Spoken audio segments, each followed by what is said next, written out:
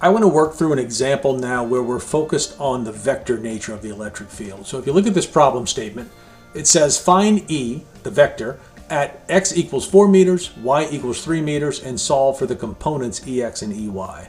So you might remember from earlier discussions in school about Cartesian grids and probably from trigonometry, and you might remember the Pythagorean theorem that will connect the displacement from two components. And in our example, the components are the displacement x and y. So this value r, that is our only unknown if we assume the source charge is 1 coulomb, this value r can be solved if we know x and y. So if I just write down a quick reference, and the reference is, of course, is r squared equals x squared plus y squared. So graphically, I'll just put some tick marks here, 1, 2, let's say 3, and 4. So this would be x equals 4 if we go out to this point. And now I'll go up 1, 2, 3. Same thing on the y side. So now I've got this y equals 3. We can think of these as sides of a triangle from the displacement. So if I go out 4 and I go up 3, I'll end up with a location that I'll indicate right here. We'll call that the observation point P, and it's going to be indicated with its coordinates P of 4, 3. And that's a very popular technique, of course, to identify the location of that point. So now I know that based on the Pythagorean theorem, I've got my r vector, which is my displacement vector in this case.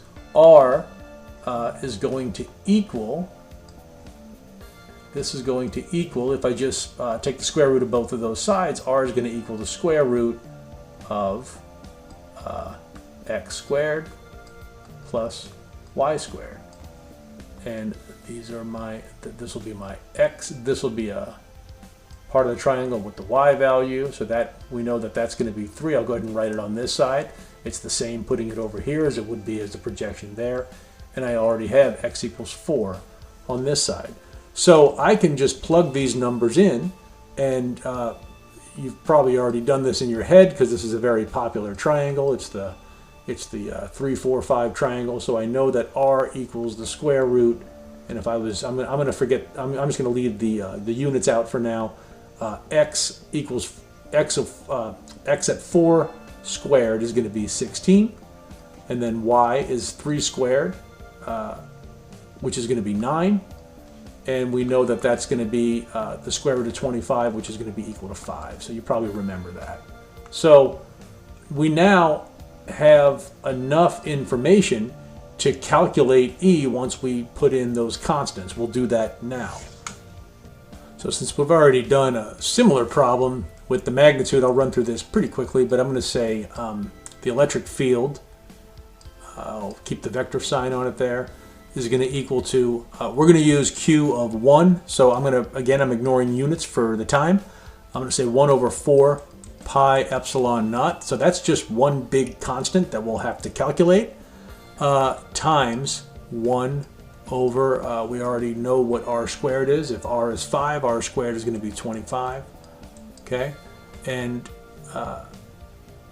if I recognize that this also is a common, it's commonly referred to as the Coulomb constant, and just from memory, you can punch that into a calculator and verify this. But we also know that this has a value of 8.99 times 10 to the 9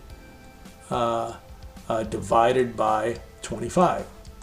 And the value that we come up for this is, we're going to say 3.6 times 10 to the 8. And we're going to say volts per meter.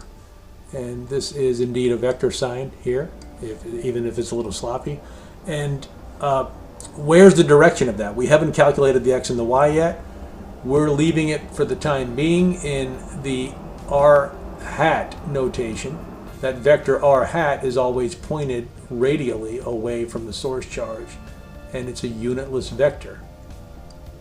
So if I say r hat, that's what this means. So I can say 3.6 times 10 to the 8 volts per meter in the r hat direction.